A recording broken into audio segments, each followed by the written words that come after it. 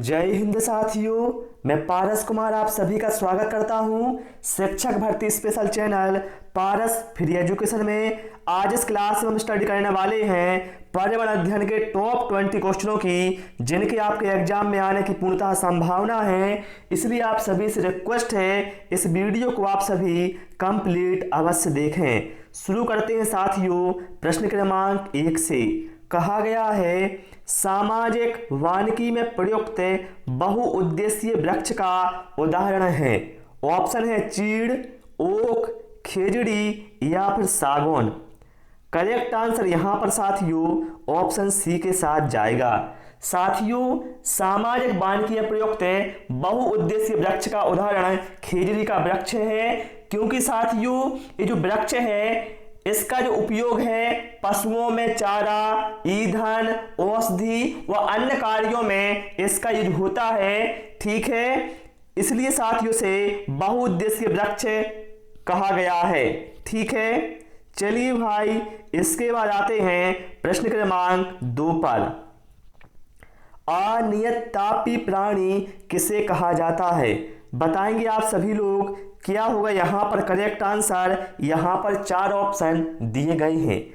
क्या कहा गया है? अनियत तापी मतलब ऐसे प्राणी जिनका जो तापमान है वो नियत नहीं रहता, अर्थात क्या है कम बढ़ होता रहता है वातावरण के तापमान के अनुसार, जिन्हें हम शीत रक्त प्राणी भी कहते हैं। तो यहाँ पर जो करेक्ट आंसर है ऑप्शन डी के साथ जाएगा। ऐसे प्राणी जिनका तापमान वातावरण के अनुरूप बदलता रहता है उन्हें हम अनियत तापी प्राणी कहते हैं। ठीक है, चलिए इसके बाद प्रश्न क्रमांक 3 पर आते हैं। और आप सभी लोगों से रिक्वेस्ट है, वीडियो पसंद आए वीडियो को लाइक करें और जो भी साथियों आपके फ्रेंड हैं उनके साथ वीडियो को जरूर शेयर करें। उससे मुझे बहुत मोटिवेशन मिलता है यदि आप लोग ऐसा कार्य करते हैं। यहाँ पर कहा गया है जंतु विज्ञान की उस शाखा को क्या कहा जाता है जिसमें प्राणी मात्र के व्यवहार का अध्ययन किया जाता है? बताएंगे आप लोग क्या होगा यहाँ पर करेक्ट आंसर। करेक्ट आंसर यहाँ पर ऑप्शन ए के साथ जाएगा। ध्यान रखिएगा, जंतु विज्ञान को शाखा जिसमें प्राणी मात्र के व्यवहार का अध्ययन किया जाता है उसे कहा जाता है जीव पारिस्थितिकी, या इसे इंग्लिश में कहा जाएगा बायोलॉजिकल इकोलॉजी।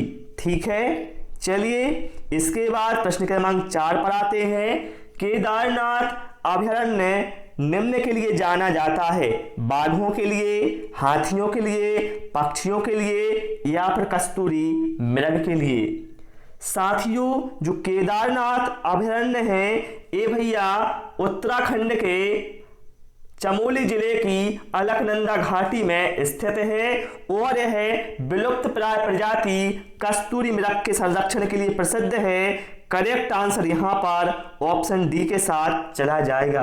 ओके, चलिए इसके बाद आते हैं प्रश्न क्रमांक 5 पर। किस मृदा में जल धारण क्षमता अधिक होती है? दोमट, बलुई, चिकनी या फिर बारीक बालू?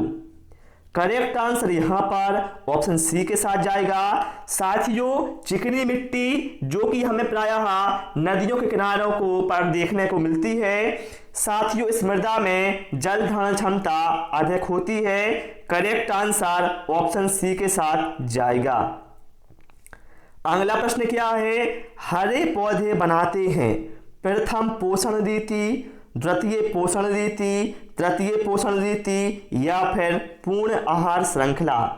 साथियों आप सभी जानते हैं जो हरे पौधे होते हैं और घास होती है ये क्या है उत्पादक होते हैं, और साथियों प्रथम पोषण स्तर के अंतर्गत उत्पादकों को शामिल किया जाता है, चाहे वो हरे पेड़ पौधे हो या फिर घास हो।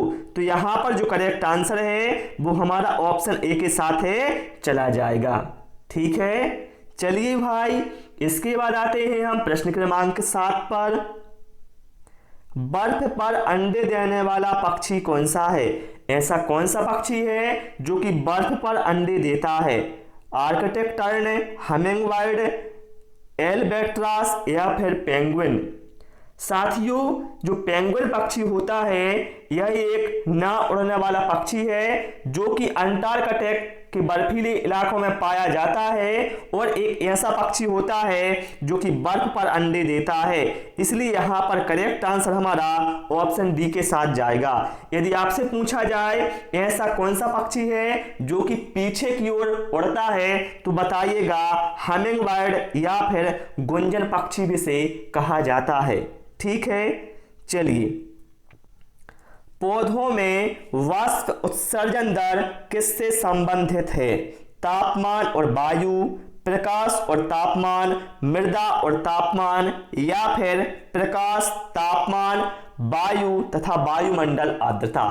साथियों आप सभी जानते हैं पौधों में क्या है, वाष्प उत्सर्जन की क्रिया होती है और यह संबंधित होती है प्रकाश से, तापमान से, वायु से और वायुमंडल आर्द्रता, इन सभी से इसका संबंध होता है। करेक्ट आंसर ऑप्शन डी के साथ जाएगा। ठीक है, चलिए प्रश्न क्रमांक 9 पर आते हैं। आप सभी लोग भी सारे प्रश्नों के आंसर या तो कमेंट बॉक्स में कमेंट करते जाएं या कॉपी में नोट करते जाएं। विटीकल्चर जाना जाता है संतरे के उत्पादन से, अंगूर के उत्पादन से, सेब के उत्पादन से या फिर केसर के उत्पादन से। साथियों करेक्ट आंसर यहां पर ऑप्शन बी के साथ जाएगा।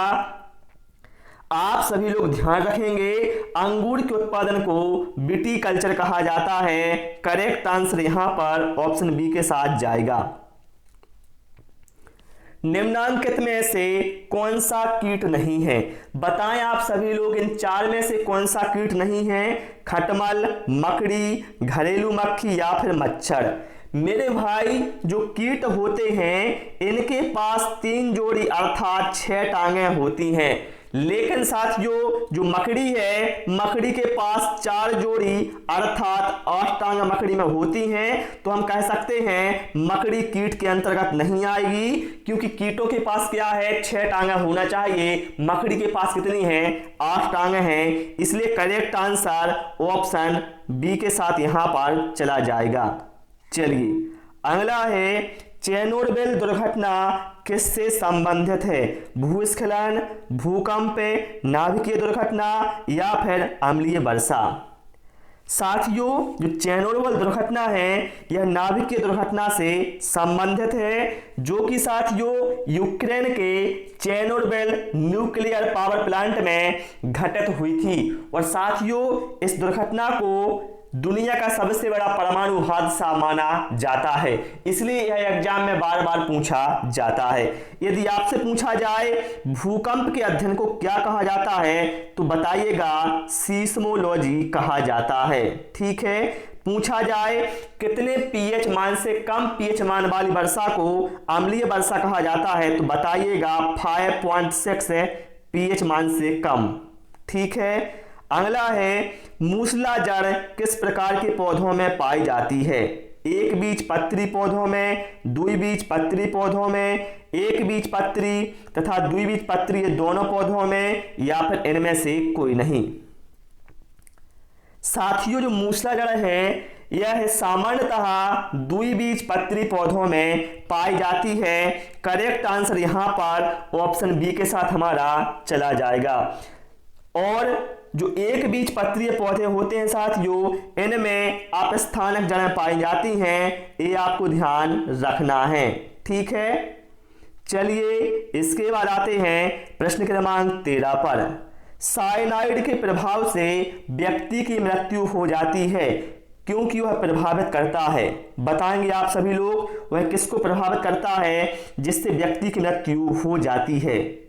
साथियों जो साइनाइड है इसका प्रभाव पौधों पर नहीं होता, लेकिन जंतुओं के हीमोग्लोबिन, जो कि आप सभी जानते हैं हीमोग्लोबिन ऑक्सीजन का वाहक होता है, तो साइनाइड क्या करता है हीमोग्लोबिन की जो क्षमता होता है, साइनाइड हीमोग्लोबिन की क्षमता को कम कर देता है, जिससे व्यक्ति की मृत्यु भी हो जाती है।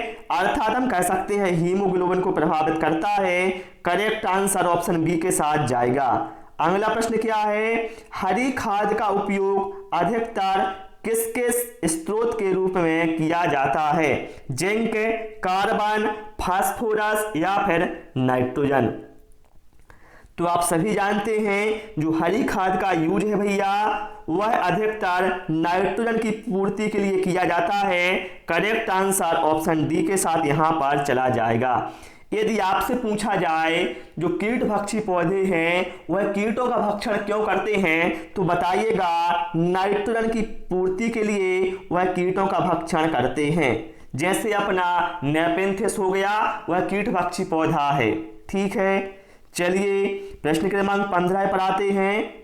जीवों द्वारा अपघटित होने वाला प्रदूषण कौन सा है? प्लास्टिक, एस्बेस्टॉस, सीवेज या फिर पारा।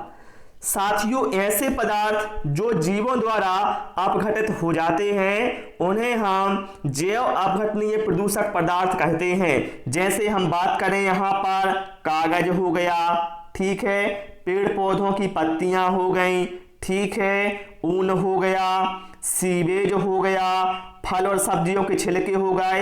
ये क्या है? जैव अपघटनीय प्रदूषक पदार्थ हैं। तो यहाँ पर जो करेक्ट आंसर है वो ऑप्शन सी के साथ हमारा चला जाएगा। ओके, प्रश्न क्रमांक 16 पर आते हैं। भारत का रूर किस नदी बेसिन को कहा जाता है? दामोदर, हुगली, गोदावरी या फिर स्वर्ण रेखा। करेक्ट आंसर यहां पर ऑप्शन ए के साथ जाएगा। साथियों दामोदर नदी बेसिन को प्रदूषण की वजह से भारत का रूर कहा जाता है। ठीक है, और साथियों दामोदर नदी को पश्चिम बंगाल का शोक भी कहा जाता है और जैविक मरुस्थल भी इसी नदी को कहा जाता है। सारे पॉइंट आप लोग ध्यान रखिएगा। पूछा जाए दक्षिण भारत की सबसे लंबी नदी कौन सी है तो बताइएगा गोदावरी नदी। ठीक है, अगला प्रश्न क्या है? लवणता में उगने वाले पौधे क्या कहलाते हैं? हेलोफाइट, क्रिप्टोफाइट, ईपीफाइट या फिर इनमें से कोई नहीं। साथियों ऐसे पौधे जो कि लवणता में उगते हैं उन्हें हम कहते हैं लवणोद्भिद पौधे या इन्हें इंग्लिश में कहा जाता है हेलोफाइट। तो करेक्ट आंसर ऑप्शन ए के साथ जाएगा, हेलोफाइट, या फिर इन्हें हिंदी में कहा जाता है लवणोद्भिद। ठीक है, क्योंकि हिंदी और इंग्लिश में कंफ्यूजन होता है इसलिए आप दोनों नाम याद रखा करो।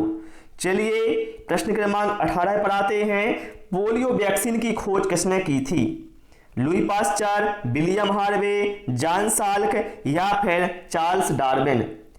तो भाई मेरे जो पोलियो वैक्सीन इसकी खोज की थी जॉन साल्क ने। करेक्ट आंसर ऑप्शन सी के साथ जाएगा। ठीक है, पूछा जाए रक्त परिसंचरण तंत्र की खोज किसने की थी तब आपका आंसर विलियम हार्वे के साथ जाएगा। यदि पूछा जाए चेचक के टीके की जो खोज है वो किसने की थी तो बताइएगा एडवर्ड जेनर ने। ठीक है, चलिए प्रश्न क्रमांक 19 पर आते हैं। दम घोटू गैस किसे कहा जाता है? भैया मैं कई बार बता चुका हूं जो कार्बन मोनोऑक्साइड है इसको कहा जाता है दम घोटू गैस। ठीक है, इसके साथ साथ आप लोग ध्यान रखिएगा जो आग बुझाने वाली गैस है वह कार्बन डाइऑक्साइड को कहा जाता है।